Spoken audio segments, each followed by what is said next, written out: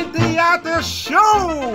Op vrijdag 14 februari organiseert Roosevelt Counseling Entertainment Theater Show. Sweetie Lobitori, cabaretier Michael Roosevelt, relatiecoach en seksuoloog Skoos Kroger, bekend van Den Boyfu Bakajari. Muziek door DJ Vincent.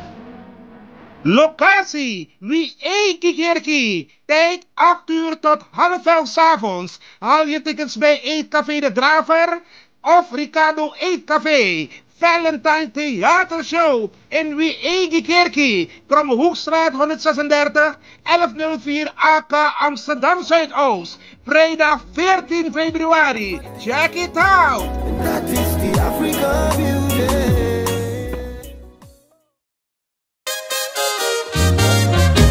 Kinte Promotion organiseert Kitty Kotti Boatfeest. Zondag 29 juni 2025. Vaar en swing mee. Opstaptijd half 4 's middags. Afvaart 4 uur. Terug 9 uur 's avonds. Toegangsprijs €50. Aan boord €55. Line-up Sabaku, Corona Band en DJ Roy C. Voorverkoop van kaarten, Ricardo's Eethuis en Nieuw Draver. Surinaamse keuken aanwezig. Let op, eigen drank aan boord is niet toegestaan. Hey, met jou wil ik niet dansen. Zondag 29 juni, Kitty Kotti Boatfeest. Opstapplaats, de Ruiterkade 414 achter het Centraal Station.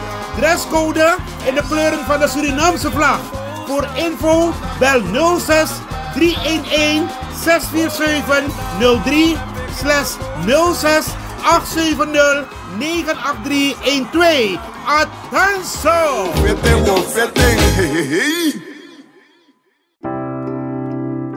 Zorgen moet je doen, niet maken. Zorg is persoonlijk. Onze jongste patiënten krijgen daarom bij de huisartsenspoedpost ook een persoonlijke behandeling. Onze artsen zijn zeer bekwaam in het opvangen en behandelen van uw kind.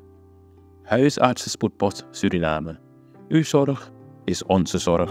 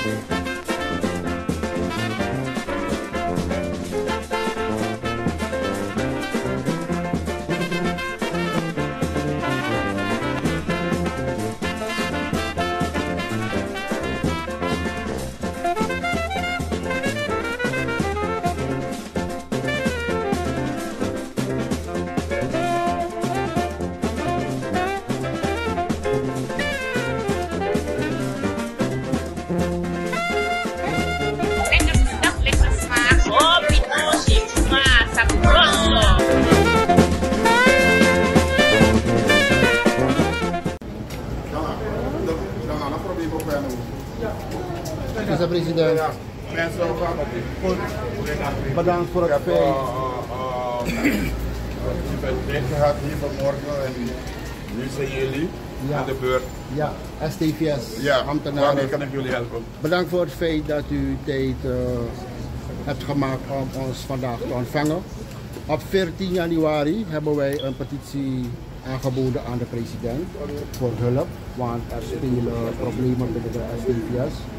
Met name de uitbetaling van overuurgelden. Er zijn ook achterstallig overwerkgelden die uitbetaald moeten worden. De subsidiegelden worden niet op tijd overgemaakt voor de STVS. En we hebben middelen nodig voor aanschaf van apparatuur en andere zaken om ons werk te voeren. Meneer Hoepel heeft een lijst hier en hij gaat die lijst met punten aan die voorhouden. Ja, VP, goedemiddag van mijn kant. Achterstallige overuurgelden zijn minimaal 6 maanden. Andere personen hebben al een jaar achterstaan wat overwerkgelden betreft. Beperkingen tot overwerk tot 30 uur, toch? En het werkt niet voor essentiële diensten, vooral niet bij de SDVS. We zijn een eenmaal 24 uur draaiend bedrijf, dus dat van die 30 uur, beperkte 30 uur, het werkt helemaal niet. Ik mag u zeggen, VP, we hebben nu met de komst van de verkiezingen hebben we nu heel veel live producties, vooral in het weekend. Komend weekend hebben we een productie van de ABOP en bepaalde collega's zitten al op 28 uur. Dus dat begrijpt u hoe nijpend het is. De toelagen zijn overgeplaatst naar het kabinet van de VP. Maar die toelagen die waarop we recht hebben, die krijgen we niet. Toch? En de middelen die de directie moet krijgen om te werken. Waarom krijgt de directie die middelen niet? Snapt u? We moeten naar de verkiezingen toe, hebben we apparatuur nodig. Er was toegezegd $60.000 vanuit de president. En we hebben begrepen dat die middelen niet meer komen. En nota bene wordt aangegeven door de minister van Financiën dat hij maandelijks 2 miljoen SRD vrijmaakt voor de STVS. En hij heeft bij mij aangegeven dat het op 27 miljoen SRD komt. En dat geld hebben we nooit gekregen. Dus in feite wordt de directie of wordt de meneer Abisoina als een boek voor een boek aangemerkt. Met andere woorden, hij krijgt de middelen, maar hij investeert de middelen niet. Dus wij willen ook duidelijkheid weten, omdat we de directie ook willen beschermen. Want volgens de informatie die hij aan ons heeft gegeven, klopt die informatie niet. Dus we zijn bij u gekomen, iedereen komt bij u. En als wij bij u komen, zijn we van overtuigd dat we willen dat u ons gaat helpen. Dus daarom zijn we bij u gekomen. Oké, dank u wel. Dus in ieder geval de directeur is een aantal keer bij me geweest. En vooral over die beperkte overuren hebben we daarover al gesproken. Dus ik zal dit meenemen naar de president om 2 uur. Ben ik bij hem. Maar in ieder geval, wat betreft STVS, ik zie dat het een serieuze zaak is. De directeur zit niet hier. Dus ik denk dat ik met hem in een team kan praten, zodat we alle punten op een rij, zodat ik een gesprek arrangeer tussen de minister van Financiën en het team van STVS. En dan gaan we kijken wat er uit de bus gaat komen. Wat de minister van Financiën gaat zeggen. Als dat niet helpt, dan gaan we naar de president. Ja, maar die toelages die het personeel... Maar toelagen, kijk, toelagen die elke ambtenaar of waar je werkt en je toelagen recht op hebt, dan moet je het krijgen. Dus ik ga straks later op de dag met de directeur praten. Laat hij me geef me gewoon duidelijk op papier wat en wat geregeld moet worden. Dan ga ik daarop werken. Okay. Dus als ik een lijst krijg van toelagen dit, overuur, dan kan ik dat bespreken. Dank u wel. Meneer Bissing, wat gezien dat de STVS dit jaar 60 jaar wordt en de STVS een staatsmedium is, worden we niet als staatsmedium behandeld. We worden gewoon de dupe van alle politieke spelletjes dat gespeeld worden. Maar waar het personeel recht heeft, daar willen wij, daar komen wij op. Wij hebben recht op onze overwerk. Ja. En dan, we hebben gewerkt, we hebben 6 maanden terug gewerkt. Daarvoor kijken we naar geld. Er is geen zicht van of we dat geld gaan krijgen of niet. Dus dat is onze eigenlijk punt. Je bezorgdheid waar we in zitten. Ik ga dit aankaarten, dus maak niet dingen op sec. Laat me alle punten krijgen op papier. Dan, kijk, vandaag gaan we nog bespreken. Dus ik ga de directeur straks bellen. Laat hij alle details geven aan mij. Wat vooral als je 6 maanden al wacht op een Ja, overuur. sommigen zijn ook al jaren. Ja, het is niet zo leuk dat je hebt gewerkt en zo'n tijd dan wacht je ook, begin je te rekenen op wat je overwerkt of de toelagen en als je dat niet krijgt, dan kom je hele huishouden in gevaar. Dus, dat is het maar het is begrijpelijk, Lauwe, dit is niet een groot probleem, het is een probleem, maar het is nog om op te lossen. We gaan proberen om het zo snel mogelijk op te lossen. Ben je dit gewoon van u horen? Nee, vandaag al toch, kijk het oppakken. Ik ga vandaag al met de minister van Financiën praten, met de president ook, met uw directeur. Dan horen jullie vanmiddag al welke oplossing we hebben gevonden. En die restposities van de ambtenaren gaat ook Ja, dus dat moet hij ook aankaarten toch? Dus hij komt mee naar het gesprek. Dank u wel, VP. Aboom. Aboom? Netjes. Zo, Lucien Oil. Hebben we nog nodig? Ja.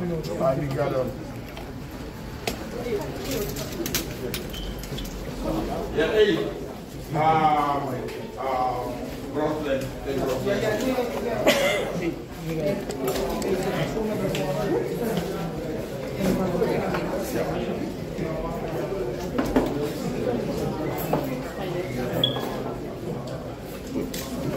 What's up, man? What's up?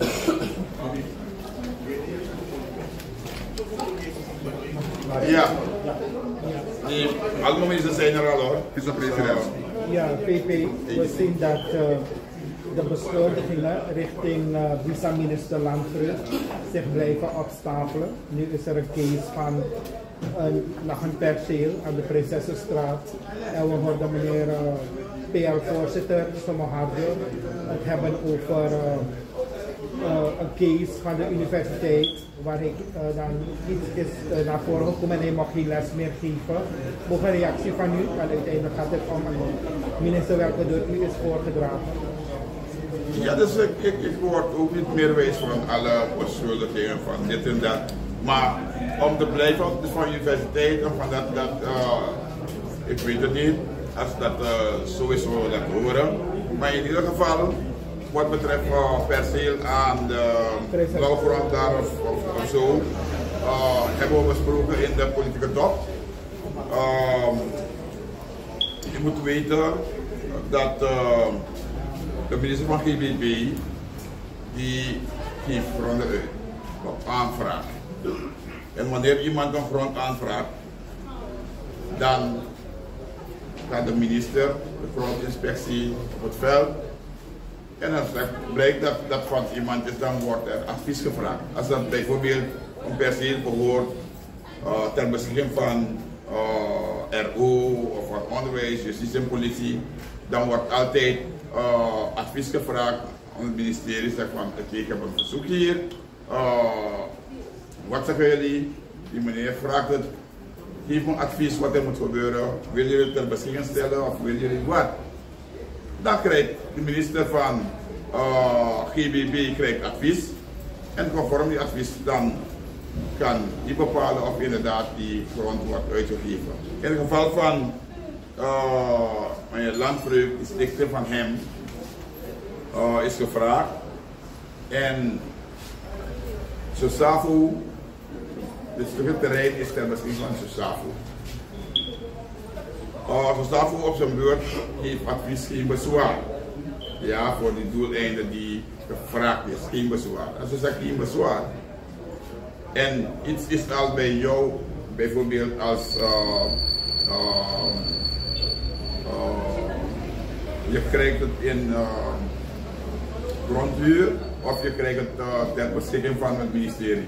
En als er geen bezwaar, wat dan iemand anders geeft, dat betekent je ter beschikkingstelling komt te vervallen. Je toch, je hebt geen bezwaar dat het wordt gegeven aan een persoon.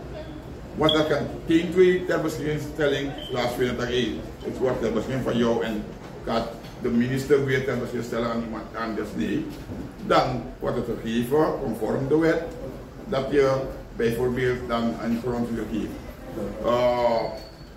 Wat is kan gebeuren, waar die fout is begonnen, is niet begonnen bij de minister van GBB.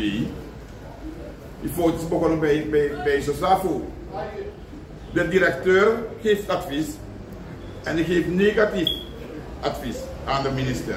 Zeg minister, het stukje terrein behoort aan ons en we gaan het gebruiken voor die doeleinden. Netjes geschreven wat de status van de terrein is en dit kunnen we niet uitgeven, we hebben het zelf nodig. De minister op dat moment gebruikt die advies van de directeur niet, want de directeur weet alles, die heeft alle stukken en die geeft geen bezwaar. Nadat bepaalde mensen zijn gaan beïnvloeden, ik ga geen namen noemen, maar als je kijkt naar zo'n filmbeeld die daar is, wie die daar waren, om te gaan kijken. En de minister zegt geen bezwaar om bijvoorbeeld om het ter beschikking te stellen. Dat staat duidelijk. En hij wil weten wat de status is. Wie moet weten wat de status is? Jij moet ook weten wat de status is van het stuk grond. In de status weet je al, dat heeft de directeur duidelijk aangegeven wat de status is. Maar dan weer dingen, ik weet niet wat hij wilde doen. Ik heb geen bezwaar dat het ter beschikking wordt gesteld aan die persoon voor dat doeleinde. Dan wie heeft die fout gemaakt? De minister van GBB, en ik ben geen dingen, maar als ik precies zo, die 2000, ik heb de president ook gezegd, maar kijk, waar is het begonnen? En waarom de minister betrekt, hij was nog geen minister, dat is heel lang voor zijn minister. Iedereen mag toch vragen, hij heeft het nog niet geoccupeerd. En ik vind dat hij alvast buitenschot is wat dit betreft. Hij heeft geen enkele blaam getroffen of hij treft geen blaam omdat hij heeft gevraagd als een rechtpersoon en die heeft gevraagd en die heeft gehad. Wat moet gebeuren? Ja, er is een gebouw erop, maar al die andere waar er ook toestemming wordt gegeven met gebouw erop van de overheid en die wordt ook afgegeven. Niemand gaat dood. Niemand zegt je moet taxatierapport opmaken wat de waarde is van het gebouw. Heel veel van justitie, heel veel van onderwijs zijn precies zo uitgegeven. Maar goed, dus dat wil ik alleen maar op dat stukje zeggen van als er één persoon is die hier fout is ingegaan, is die persoon die advies heeft geen bezwaar. En de rest, ik zeg, want waarom ik dat zeg, wanneer bijvoorbeeld de DC moet advies geven en de secretaris gaat dan een onderzoek doen op het veld en die komt terug en die zegt van DC, er staat 3 gebouwen erop, er staat dat erop en ik adviseer u negatief. En dan laat je die rapportage van die secretaris, dat zet je positief dan gegeven en als het wordt gegeven, dan komt diezelfde mensen klaar van hij heeft zomaar gegeven. En op advies van de minister. Dus ik ga het niet aan, dan moet ik precies zeggen waar het is. Laat hij iets gaan onderzoeken. En zeggen van wie in de fout is gegaan. Maar ik kan niet zeggen alle 3 ministers. Hoe gaat alle 3 ministers in de fout? Landvleeg was toch nog geen minister toen. Maar goed. Maar wordt minister Landvleeg door u in bescherming genomen? Want als we luisteren naar PL-voorzitter Sommerharde, dan zegt strategisch aan, hoe recht zit het terecht? En hij heeft bij Bronto is hij heel hard opgetreden en deze minister wordt in bescherming genomen. Maar wat heeft deze minister gedaan? Dat vraag ik. Deze minister heeft niks gedaan. Het enige wat hij is benoemd is een stichting die hij toen leiding aan heeft aangevraagd en heeft gehad. Wat heeft hij? Wie heeft bemiddeld, laat ze dat zo maar zeggen, wie heeft bemiddeld dat die rapport van die directeur aan de zijde is geschoven? Wie heeft bemiddeld? Wie is daar gaan kijken? Wie is gaan oriënteren? Maar na de politieke top hebben we ook meneer Gayadien gehoord. En hij zegt tenminste 3 ministers zouden bedankt moeten worden. Tenminste 1.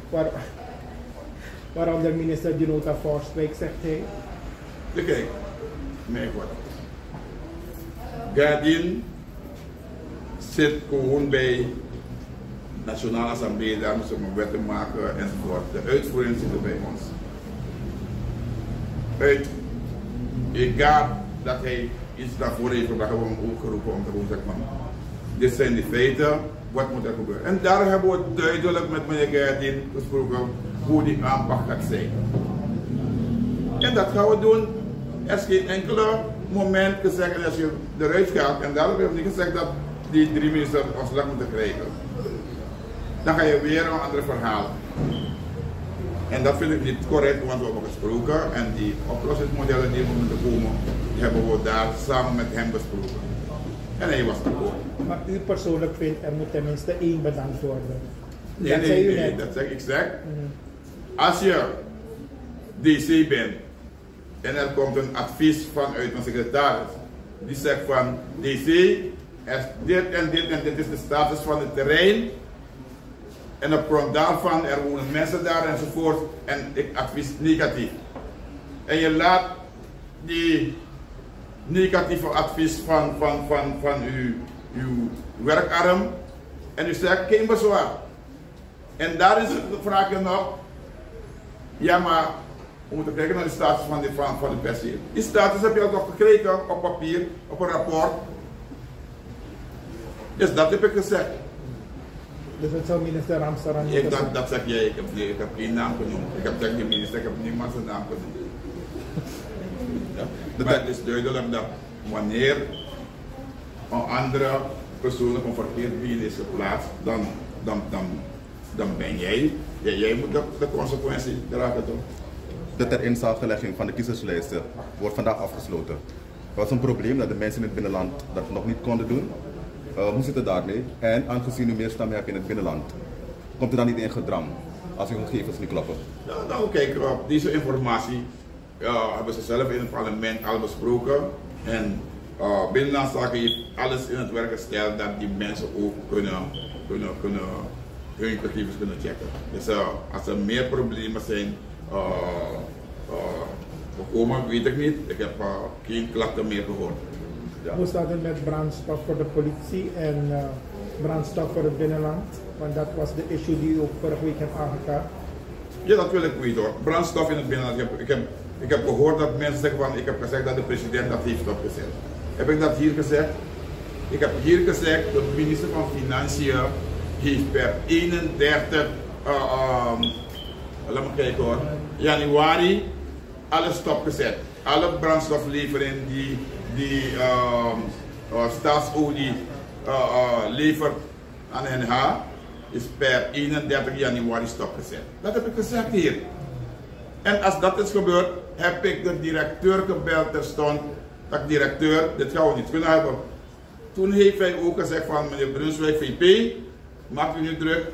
Ik heb ook een brief teruggestuurd naar de minister van Financiën. We gaan in overleg en dit gaan we niet kunnen stoppen, anders gaan die mensen in het donker. Maar in de tijd zijn ze al een hele week in het donker. Ja toch? Dus nu pas is de levering weer plaatsgevonden. Maar er is een brief, er is een duidelijk brief. Alles is formeel geschreven naar NH. Dat heb ik hier gezegd. Maar wanneer mensen proberen om conflicten te creëren, of die scenario die jullie hebben hier als journalisten, om dingen, mensen uit te spelen, om andere dingen te gaan vertellen wat ik hier heb gezegd. Ik heb duidelijk gezegd, de minister van Financiën heeft per schrijven aan NH gezegd van per 31 januari worden alle leveringen stopgezet. En dat betekent geen brandstof voor het binnenland. En dat is ook gebeurd. U probeert iedereen op één kant te scheren. Nee, dat is niet journalisten dat heeft gedaan. Ja. Nee, het is niet alle journalisten, maar die persoon die dat elke verkeerde informatie geeft, daarover heb ik het. Dus bij mij was duidelijk hier gezegd wat aan de hand is. En ik hoor het anders, alle dingen. VP heeft gezegd dat de president alles heeft stopgezet. Hoe dan? Dat is de president. Vlak voor de president hebben we ook de directeur gebeld. En de president heeft gezegd, dit gaan we niet doen. Maar staatsolie garandeert dat de brandstoflevering is weer gestart, dat zeg ik toch. Na een interventie van mij is er weer gestart, ja. Met levering. Dat zijn ze op bepaalde plaatsen 6 dagen in het donker gebleven. Ja. Maar ze hebben nu weer levering. Ja, hoe staat het met VP, onderwijs binnenland? Daar had u ook wat dingen, maar nu is er ook een onderminister vanuit op het ministerie. Ziet u wat veranderingen voor wat betreft onderwijs binnenland? Ja, er zijn afspraken en of zijn er ook issues die dan nog zijn? Onderminister is in een rijdende trein gestapt en Die afspraken die al zijn gemaakt gaan door. En er zijn nu willen ze een pilotproject doen in deze 3 maanden, zodat men afstandonderwijs kunnen starten binnen deze 3 maanden. Dat is het alleen, je gaat niet heel veel doen. U zou bij het procesverbaal gehoord worden over een foto van de heer Bouters. Hoe zit het daarmee? Niks, ik heb geen commentaar daarover. Waarom niet? Ik heb al gezegd, zoals ik al hier heb gezegd. Ik heb geen commentaar over procesverbaal en dit. Goed. Hoe loopt het met voorbereidingen, verkiezingen? We gaan naar de overwinning. Ik, Ja, daar focus ik. ja, hoe is het veld? Veld is voor mij eigen oriëntatie en wat ik hier zie, wat de ABOP doet nu, we hebben dat in alle verkiezingen dat ik meegedaan. Heb ik nu gezien dat alle structuren van de ABOP in place zijn en dat we beter op het veld gaan, dat we beter georganiseerd zijn en dat we kunnen meten wat we doen en kunnen corrigeren wat fout gaat. Dus je moet het op zijn onttrekken. Er was een video, er circuleerde een video waarbij jullie propaganda voerden. Het regende, liep in het water en er kwam dus comments binnen dat nu pas, nadat de verkiezingen naderen, mensen nu pas naar huis gaan om Anders de mensen te woord te jullie, spreken. Ja, anders vlogen jullie op auto's. Waarom komen jullie nu? Nu pas loopt u in het water, zegt men. Het is niet waar, ik ga hem wijzen, ik heb die foto niet hier. Bij Sunny Point en zo was water tot hier. En misschien andere politicus, maar niet deze Brunswijk. Deze leider heeft het altijd gedaan. Wat is er binnen, ik ben daar. Wat overlast ben ik daar. En Sunny Point was helemaal hier. Ik was helemaal hier in het water. Wanika ook. Dus wanneer men dat zegt, dan is het een man zien, dan is het een leider zien. Natuurlijk gaat men dat proberen te zeggen. Maar in ieder geval, ik heb duidelijk gezegd dat deze leider, deze Brunswijk, je kan zeggen wat je wil, maar alles wat het volk meemaakt, mag ik ook mee. Met gewoon alle pressie, overal. Als ik in water moet lopen, dan is niet dat 3 of 4 maanden voor de verkiezing ga ik in water lopen. En ik kom vanaf volgende week met mijn programma.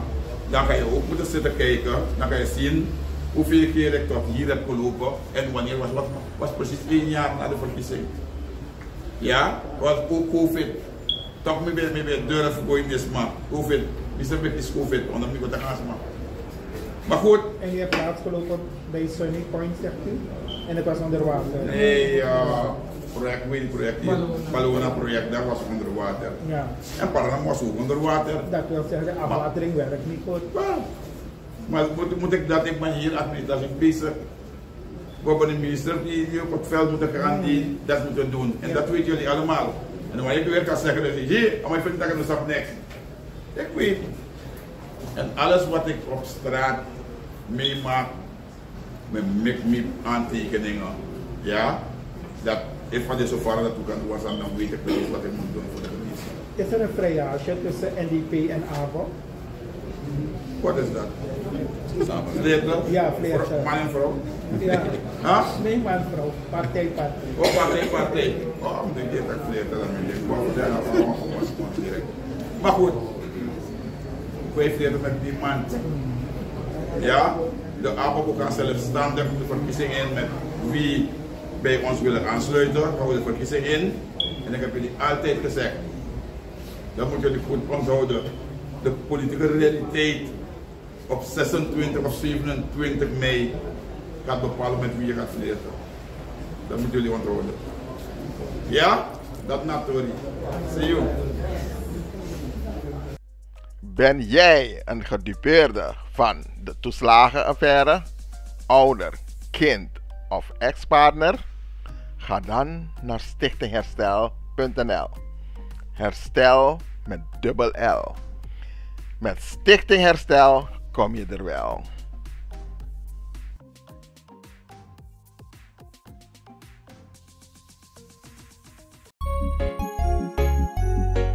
Suriname altijd dichtbij, je sapt wat toch? In Meati, Srana.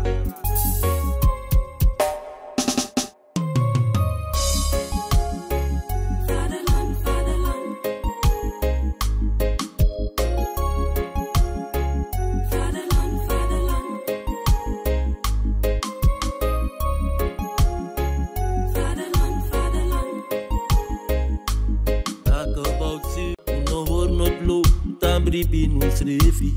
Una de wedstrijd na man. Vaderland, Suriname is je vaderland.